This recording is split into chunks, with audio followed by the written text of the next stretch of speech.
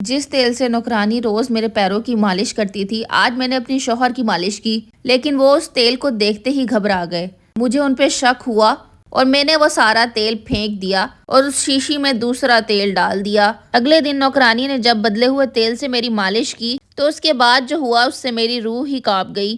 میں آپ کو اپنی زندگی کی ایک عجیب داستان سنانے لگی ہوں۔ میرا نام سلمیٰ ہے اور علی سے میری محبت کی شادی ہوئی تھی۔ میری شادی کو 9 مہینے ہو گئے ہیں۔ میری زندگی میں ہریالی ہی ہریالی ہے، ہر چیز اچھی لگتی ہے۔ محبت کو حاصل کرنے کا نشہ ہی کچھ اور ہوتا ہے۔ میں اور علی ایک ہی اسکول میں جاب کرتے تھے اور ہم دونوں کو وہیں پر ایک دوسرے سے محبت ہو گئی تھی۔ ہم لوگ اچھے کھاتے پیتے گھرانے کے تھے اور علی کی فیملی بھی بہت اچھی تھی۔ میری فیملی علی کے گھر والوں سے ملی تو انہیں بہت اچھا لگا۔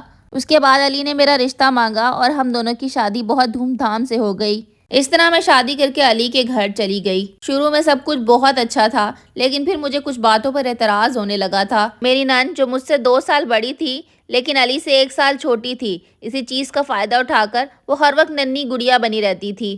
علی ہر وقت اس کے نخرے اٹھاتے رہتے تھے۔ مجھے یہ بات اچھی نہیں لگتی تھی اور میں دل میں جلتی رہتی تھی۔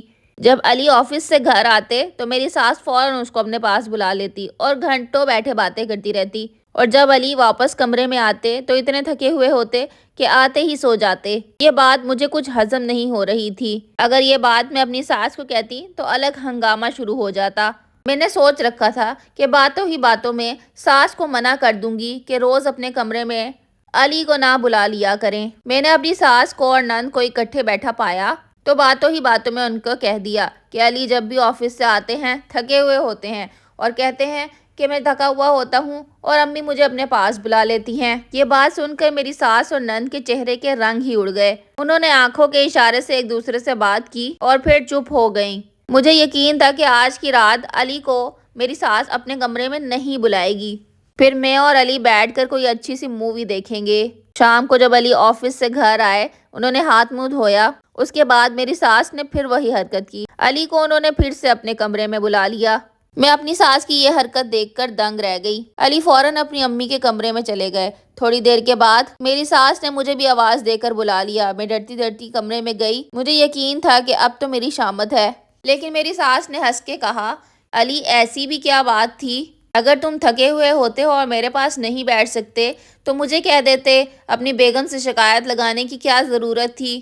میں نے ڈرتے ڈرتے علی کی طرف دیکھا، لیکن علی نے معاملہ سنبھال لیا۔ انہوں نے امی سے معذرت کی اور کہا کہ میں تھکا ہوا ہوتا ہوں، بس آپ کی دل آزاری نہیں کرنا چاہتا تھا۔ وہاں پر میں حیران ہی رہ گئی، کیونکہ انہوں نے اپنے سر وہ الزام لے لیا تھا جو کہ ان کا تھا ہی نہیں۔ علی جب کمرے میں آئے تو میں ان کے سامنے رونے لگی اور ان کا شکریہ ادا کرنے لگی۔ علی نے مجھے کہا، تم میری محبت ہو، میں تمہیں اپنے گھر والوں کے سامنے رسوا کیسے کر دیتا؟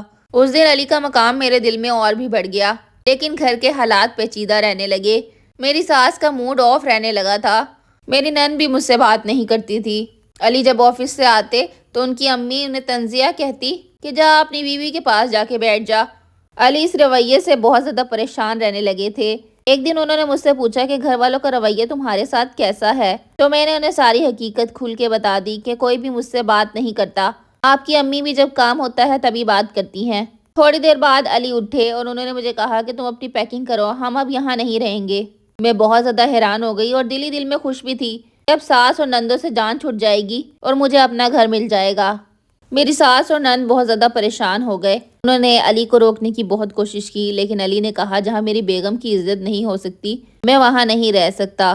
آپ دونوں میرے لیے قابل احترام ہیں اور میں آتا جاتا رہوں گا۔ میری ساس نے بھی مجھے سمجھانے کی کوشش کی، مگر میں نے انکار کر دیا۔ یوں ہم نئے گھر میں آ گئے اور یہ گھر علی کو کمپنی کی طرف سے ملا تھا۔ یہ گھر پچھلے گھر سے کئی زیادہ خوبصورت تھا۔ ان دنوں میں بہت زیادہ خوش تھی، لیکن میری خوشیاں زیادہ دیر کی نہیں تھی۔ علی اگلے دن آفس چلے گئے اور میں نے پیچھے سے صفائیاں شروع کر دیں۔ سارا دن کام کر کر کے میں تھک گئی تھی اور بہت پریشان تھی، اور اسی پریشانی میں سو گئی۔ علی جب واپس آئے تو انہوں نے مجھے سوتے ہوئے دیکھا تو مجھ سے دریافت کیا کہ کیا ہوا ہے، تو میں نے انہیں بتا دیا کہ میں کام کر کر کے بہت تھک گئی ہوں اور میں اس چیز سے بہت پریشان بھی ہوں، کیونکہ یہ گھر بہت بڑا ہے اور اکیلے صفائی مجھ سے نہیں ہو رہی۔ علی مسکرائے اور انہوں نے مجھے کہا کہ ہم باہر سے کھانا کھا لیتے ہیں، تمہیں پریشان ہونے کی ضرورت نہیں ہے۔ اگلے دن جب علی آفس گئے تو میں نے پیچھے سے محلے کی ایک عورت کو بلایا اور اسے کہا کہ کوئی نوکرانی رکھ دو۔ اس اس نے کہا کوئی مسئلہ ہی نہیں ہے، میں تمہیں اچھی سی نوکرانی ڈھونڈ دوں گی۔ اگلے ہی دن وہ نوکرانی کو میرے گھر لے آئی۔ وہ نوکرانی دکھنے میں بہت اچھی اور صاف ستھری تھی۔ میں نے اپنی پڑوسن کو بٹھایا اور کہا کہ میں اس کو کام سمجھا دوں ذرا۔ میں اسے کچن میں لے گئی اور میں نے اسے بتایا کہ چینی پتی کہاں رکھی ہے، لیکن وہ میرے بتانے سے پہلے ہی کام کرنے لگی۔ میں نے اسے کہا تم تو بڑی ہوشیار ہو، تو مجھے ہنس کے کہتی یہاں سارے گھر ایک جیسے ہیں، اس لیے ہمیں ہر چیز کا پتہ ہوتا ہے۔ میں اپنی نوکرانی سے بہت زیادہ انسپائر ہوئی۔ اس نے سارے کام اپنے وقت پہ کر دیے اور پھر شام کو چلی گئی۔ شام کو جب علی گھر آئے تو میں نے انہیں ساری بات بتائی۔ میں نے انہیں بتایا کہ نوکرانی بہت ہی سلیقہ مند ہے۔ علی بہت خوش ہوئے۔ نئے گھر میں آ کر اللہ تعالیٰ نے مجھ پہ رحمتوں کے دروازے کھول دیے تھے۔ ساس اور نند سے بھی جان چھوٹ گئی تھی۔ علی بھی اب گھر پر وقت دینے لگے تھے، مگر ایک بات تھی جس نے مجھے پریشان کر کے رکھا ہوا تھا۔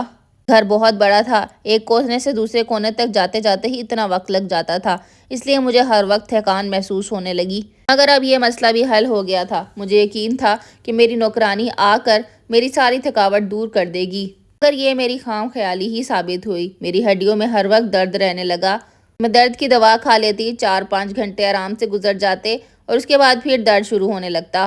مجھے ایسا محسوس ہوتا کہ مجھے اندرونی بخار ہے۔ جب بھی میری ہڈیوں میں درد ہوتا تو مجھے اپنی ساس کے وہی جملے یاد آتے کہ علی کی بقا اس کے اپنے گھر میں ہی ہے، تم ہم سے دور جا کر خوش نہیں رہ پاؤ گی۔ میں یہ باتیں سوچتی تو ساس کو کوسنے لگتی کہ شاید مجھے ان کی بد دعا لگ گئی ہے۔ میں نے اپنے بارے میں اپنی نوکرانی کو بتایا کہ میں بہت تھکی تھکی رہتی ہوں۔ اس پر وہ مسکرانے لگی اور پھر مجھے کہتی کہ آپ نے مجھے پہلے کیوں نہ بتایا، میرے پاس آپ کے اس درد کا علاج ہے۔ میں فوراً خوش ہو گئی۔ میں نے اپنی نوکرانی سے کہا کہ تم سارا کام جلدی جلدی سمیٹ لو۔ پھر گھر جانے سے پہلے وہ بولی کہ آپ کے پاؤں پہ ناریل کے تیل کی مالش کر دیتی ہوں، آپ دیکھیں گی آپ کو کتنے سکون کی نیند آئے گی۔ میں فوراً لیٹ گئی اور مالش کروانے لگی۔ وہ کافی دیر میرے پیروں کی مالش کرتی رہی۔ جسم کو بہت سکون محسوس ہوا۔ مجھے ایسا لگا جیسے کبھی میری ہڈیوں میں درد تھا ہی نہیں۔ اگلے دن میں نے بہت زیادہ ایکٹیو فیل کیا اور میں نے علی کو کھانا بنا کے دیا۔ میں سارے کام بہت ایکٹیولی کرنے لگ گئی تھی، لیکن مسئلہ وہیں کا وہیں کھڑا تھا۔ تھوڑے دن تک آرام رہتا اور وہ درد پھر شروع ہو جاتا۔ نوکرانی جب اس تیل سے میرے پیروں کی مالش کرتی تھی تو مجھے بہت سکون محسوس ہوتا تھا اور پھر میرا دل کرتا تھا کہ میں سو جاؤں۔ میں روز اس سے مالش کروانے لگی تھی۔ روز وہ پورے گھر کا کام کرتی، کام سمیٹ کر وہ میرے پیروں کی مالش کرنے لگتی۔ شام ہو جاتی، علی کے گھر آنے کا ٹائم ہو رہا ہوتا اور میں نیند سے بحال ہونے لگتی۔ علی یہ دیکھ کر مجھ سے چڑھنے لگے تھے، لیکن پھر مجھے کہہ دیتے تھے کہ تم سو جاؤ۔ میں علی سے معذرت کر لیتی اور میں سو جاتی۔ ایک دن جب علی آفس سے گھر آئے تو ان کی ٹانگوں میں بھی درد تھا، تو میں نے کہا اسی تیل سے آپ کی مالش کر دیتی ہوں۔ اور جب میں تیل ان کے پاس لے کر آئی تو وہ گھبرا سے گئے اور مجھے کہتے کہ مجھے اس تیل سے الرجی ہے۔ مجھے کچھ عجیب سے محسوس ہوا۔ مجھے ایسا لگ رہا تھا کہ کچھ نہ کچھ غلط ہو رہا ہے۔ اگلے دن میں نے وہ سارا تیل گرا دیا اور اس کی جگہ کوئی دوسرا تیل بھر دیا۔ معمول کے مطابق آج بھی نوکرانی آئی، اس نے سارے گھر کا کام کیا اور شام کو میرے پیروں کی مالش کرنے لگی، لیکن آج مالش کروانے کے بعد مجھے نیند نہ آئی۔ علی جب شام کو گھر آئے انہوں نے سمجھا کہ میں سو رہی ہوں، لیکن میں نے دیکھا میری نوکرانی بھی ان کے ساتھ تھی اور وہ دونوں ڈرائنگ روم میں ہنس ہنس کے باتیں کر رہے تھے۔ یہ سب دیکھ کر میرے پیروں کے نیچے سے زمین نکل گئی۔ یہ نوکرانی ہی تھی جس نے شروع میں میرے کھانے میں کچھ ملانا شروع کیا تھا اور میرے پورے جسم میں درد رہنے لگ گیا تھا۔ اس کے بعد اس نے میرے پیروں کی مالش شروع کر دی اور اس پیروں کی مالش سے مجھے نیند آ جاتی اور اس تیل میں بھی کچھ تھا۔ اصل میں وہ نوکرانی نہیں تھی، وہ تو میرے شوہر کی کولیگ تھی اور ان دونوں نے یہ ڈرامہ رچایا تھا۔ پہلے سسرال سے نکل کے یہاں آ گئے اور پھر مجھے بیمار کر دیا۔ میں نے ان کی باتیں سنی تو میری نوکرانی میرے شوہر سے کہہ رہی تھی کہ تم اس کو طلاق کیوں نہیں دے دیتے۔ میں جو دوائیں کھا رہی تھی وہ بھی مجھے میرے شوہر نے لا کے دی تھی۔ وہ دوائیاں کھا کر ہی میری ہڈیاں کمزور ہو رہی تھیں اور اس تیل کی مالش سے میرے اعصاب سست ہو رہے تھے۔ مجھے بیمار کرنے کی یہ ان دونوں کی سازش تھی۔ میری نوکرانی نے میری پڑوسن کو بھی اپنے اعتماد میں کر لیا تھا، تبھی تو اس نے اس نوکرانی کو میرے گھر رکھوایا تھا۔ میری نوکرانی نے میرے شوہر سے یہ بھی پوچھا کہ تم نے اس کو طلاق کیوں نہیں دی، جس پہ میرے شوہر نے اس کو ہنس کر جواب دیا اگر میں اس کو طلاق دے دوں گا تو یہ جا کر کسی اور سے شادی کر لے گی، لیکن اب اس حالت میں اس کو کوئی بھی قبول نہیں کرے گا۔ یہ سب سن کر میرے پیروں کے نیچے سے زمین ہی نکل گئی تھی، لیکن میں نے اس ٹائم پہ خاموشی اختیار کرنے کا سوچا۔